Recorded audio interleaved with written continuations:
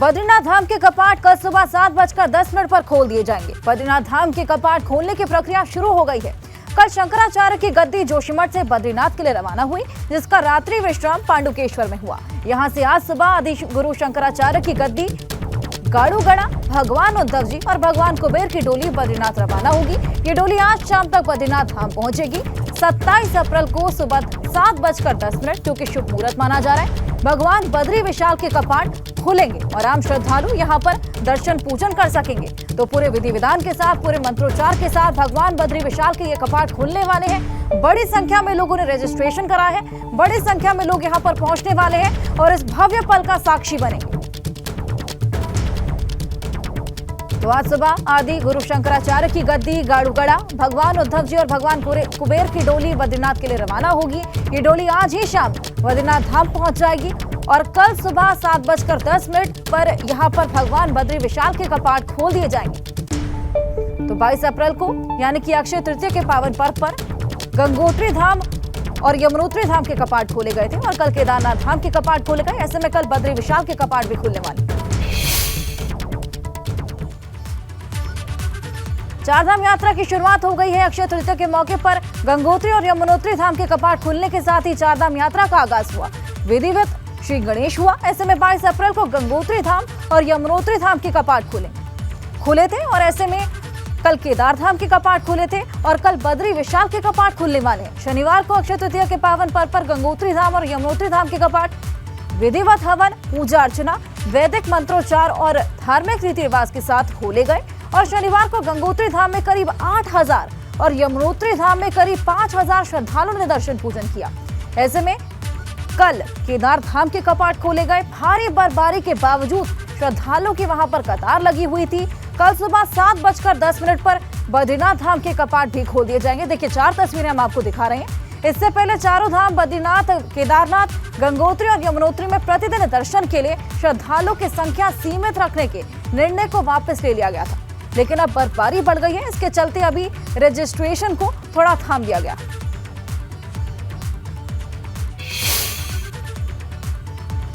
और बद्री विशाल की महिमा अपार है। ऐसे में 2 पहाड़ियों के बीच ये मंदिर बना हुआ है।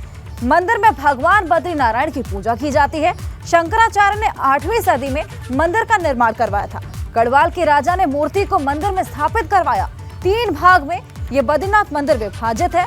गर्भगृह, दर्शन मंडप और सभा मंडप में मंदिर को बांटा गया, यानी कि 3 भाग में यहाँ पर बांटा गया। बद्रीनाथ मंदिर के अंदर 15 मूर्तियां हैं। मंदिर में भगवान विष्णु की काले पत्थर की प्रतिमा, जिसकी मान्यता है। ऐसे में 6 महीने के लिए मंदिर के कपाट खुलते हैं और 6 महीने बाद कपाट बंद कर दिए जाते हैं पूरे विधि विधान के साथ। फिर 6 महीने बाद और मंत्रोच्चार के साथ यहाँ पर इन कपाटों को खोला जाता है और आम श्रद्धालु यहाँ पर दर्शन पूजन कर पाते हैं। और हमारे सहयोगी विनोद कुमार हमारे साथ लगातार जुड़े हैं। गंगोत्री धाम, यमुनोत्री धाम और केदार धाम, हर जगह के दर्शन पूजन उन्होंने हमें कराए और अब बद्रीनाथ धाम से वो हमारे साथ जुड़े हैं। विनोद, क्या तस्वीरें हैं, क्या तैयारियां हैं और क्या बर्फबारी अब भी जारी है वहां पर?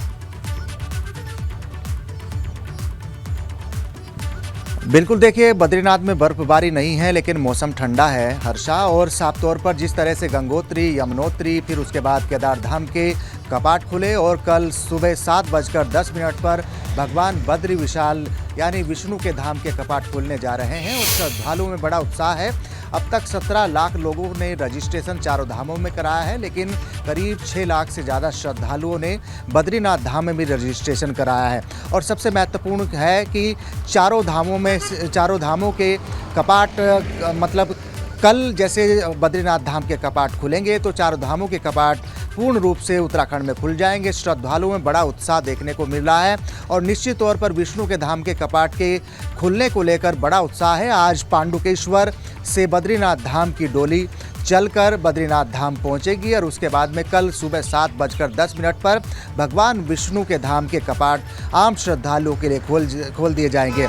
और ये भी महत्वपूर्ण है कि जब 6 महीने पहले भगवान बद्री विशाल के कपाट बंद हुए थे, पूजा अर्चना के बाद में कपाट बंद हुए थे और उसके बाद में जब कल कपाट खुलेंगे तो जो श्री हरि की प्रतिमा है उस पर जो घी का लेप पिछले 6 महीने पहले लगाया जाता है, अगर घी का लेप और अधिक रहता है तो खुशहाली और समृद्धि का वो प्रतीक माना जाता है।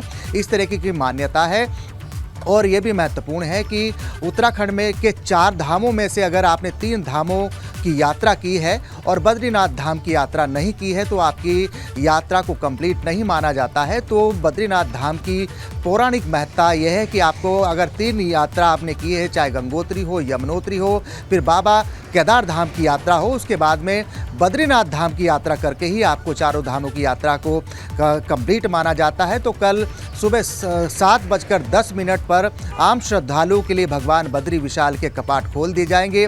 पूरी तैयारियां यहाँ पर की गई है, लेकिन साफ तौर पर जिस तरह से 6 महीने का इंतजार श्रद्धालु कर रहे हैं उनका इंतजार कल खत्म हो जाएगा। आज पांडुकेश्वर से भगवान बद्री विशाल की डोली चलकर बद्रीनाथ धाम पहुंचेगी और कल सुबह 7:10 पर बद्री विशाल के कपाट खोल दिए जाएंगे और पूरी तरह से पूरे प्रांगण को भव्य तरीके से सजाया गया है।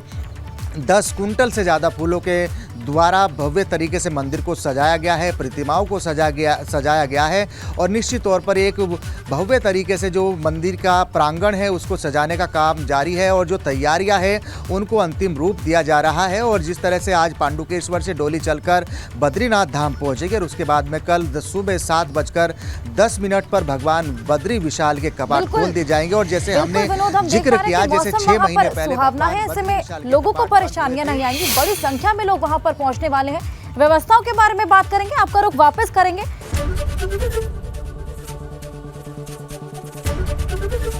एबीपी गंगा, खबर आपकी, जुबान आपकी।